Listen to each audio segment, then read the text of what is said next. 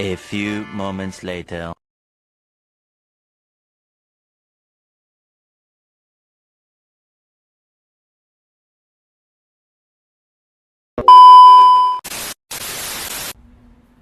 Assalamualaikum warahmatullahi wabarakatuh.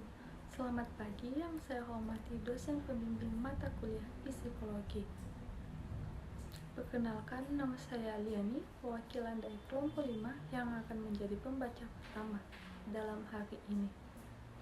Adapun anggota dari kelompok ini selain saya ialah Perkenalkan, nama saya Herdian Bagaskara Koyu Alisan.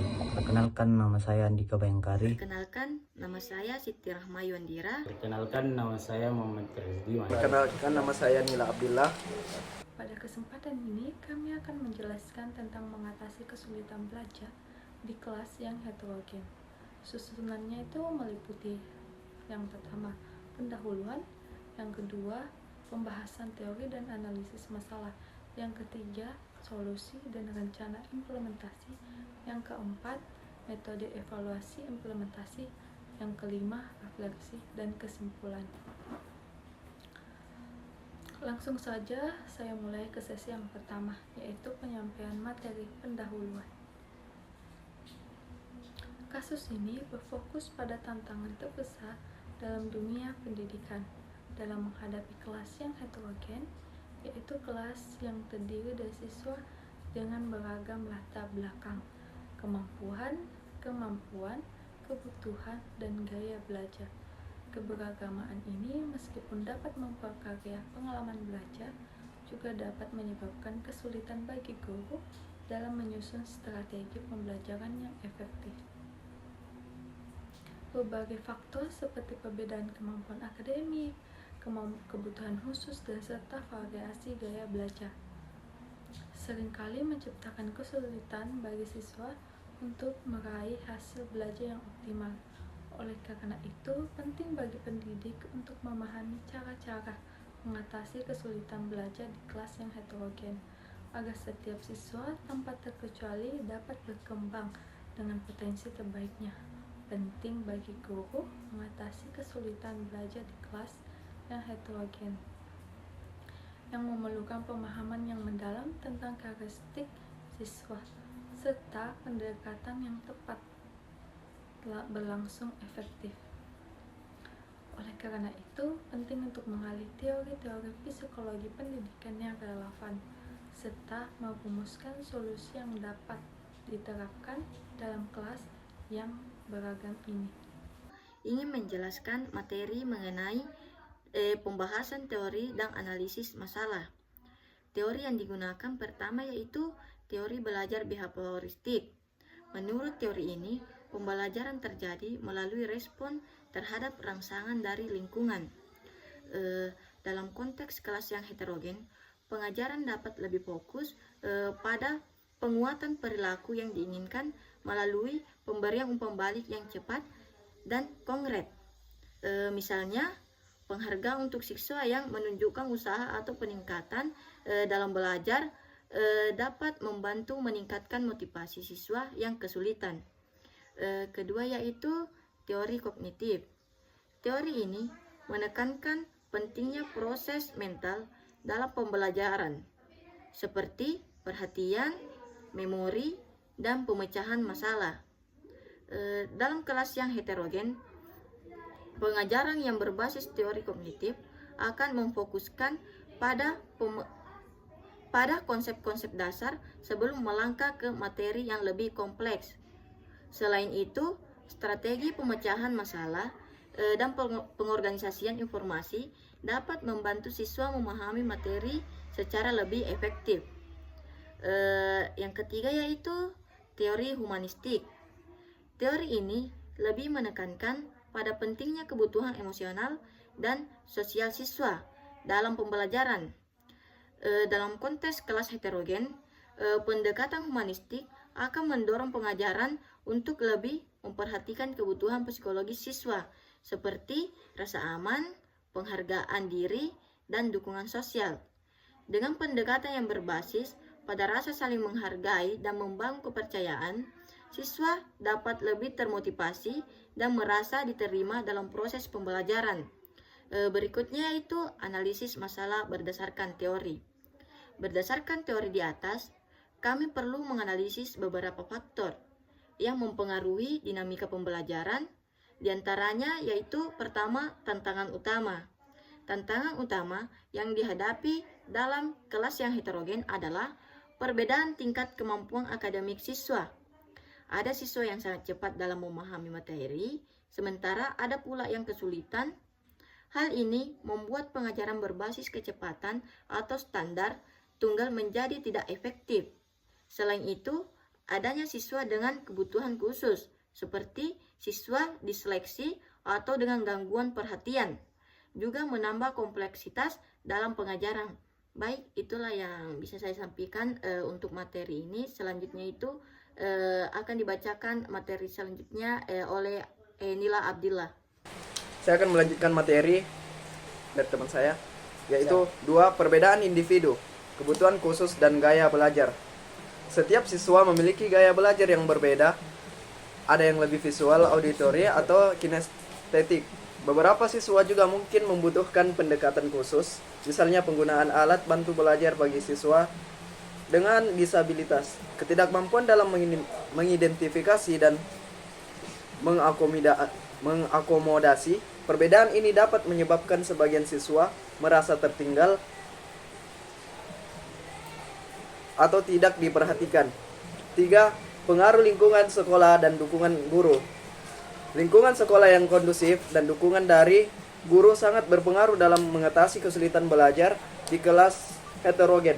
Guru yang memahami kebutuhan siswa dan mampu menciptakan suasana kelas yang inklusif akan lebih mudah dalam mengatasi berbagai permasalahan yang muncul. Selain itu, adanya dukungan dari orang tua dan rekan sejawat juga penting untuk meningkatkan efektivitas pembelajaran. Solusi dan rencana implementasi.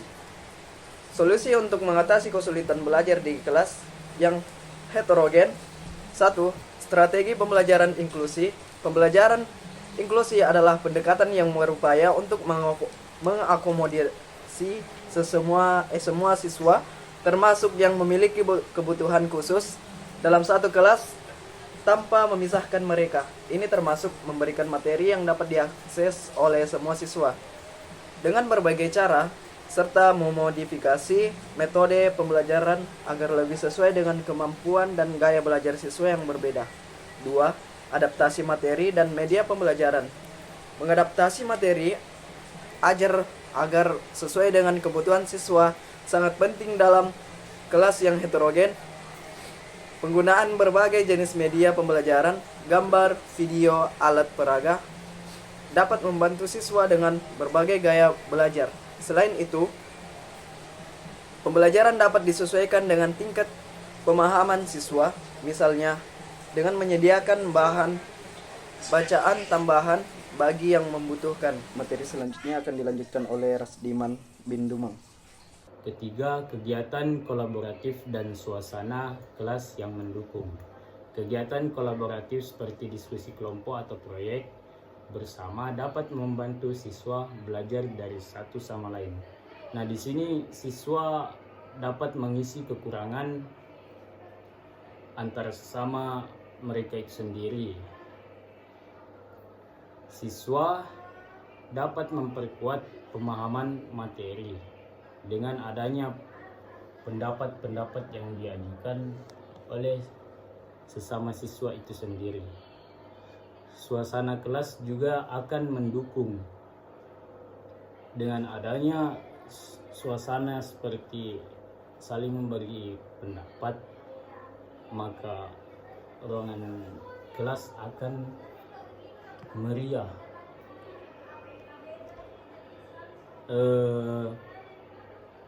Dengan adanya kegiatan kolaboratif seperti ini, siswa-siswa juga dapat menambah sikap saling menghargai mereka, di mana mereka akan menghargai pendapat-pendapat teman mereka sendiri. Seterusnya, tidak kalah penting juga kegiatan kolaboratif seperti ini akan menambah rasa nyaman dan siswa-siswa akan termotivasi untuk giat dalam belajar. Seterusnya, rencana implementasi UAS. Pada UAS, kelompok kami akan menyusun rencana untuk mengimplementasikan solusi tersebut dalam UAS. Langkah-langkah yang bisa diterapkan oleh guru, misalnya 1. Perencanaan pembelajaran. Menyusun rencana pembelajaran yang mengakomodasi perbedaan kemampuan siswa. Nah, di sini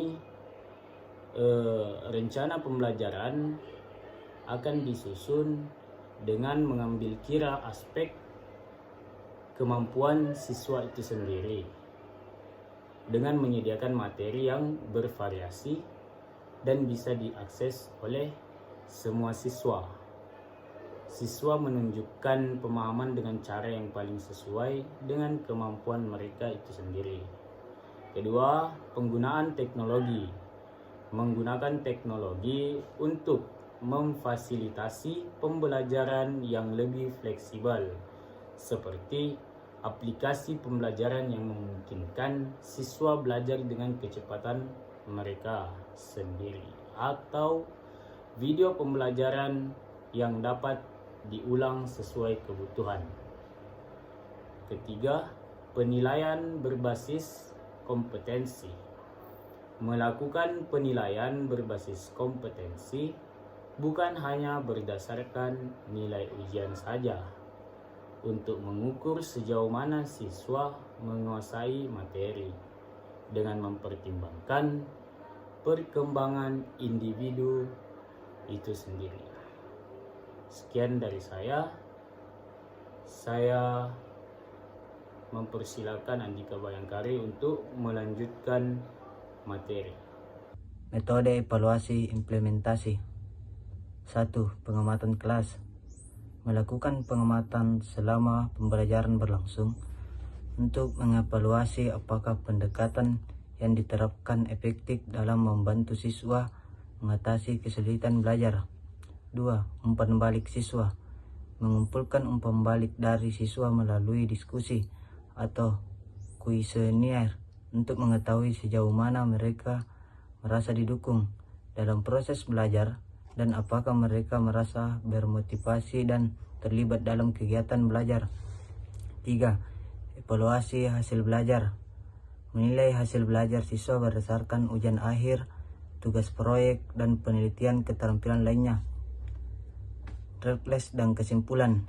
Setelah menganalisis kasus dan merancang solusi, kami menyadari mengatasi kesulitan belajar di kelas yang heterogen bukanlah tugas yang mudah.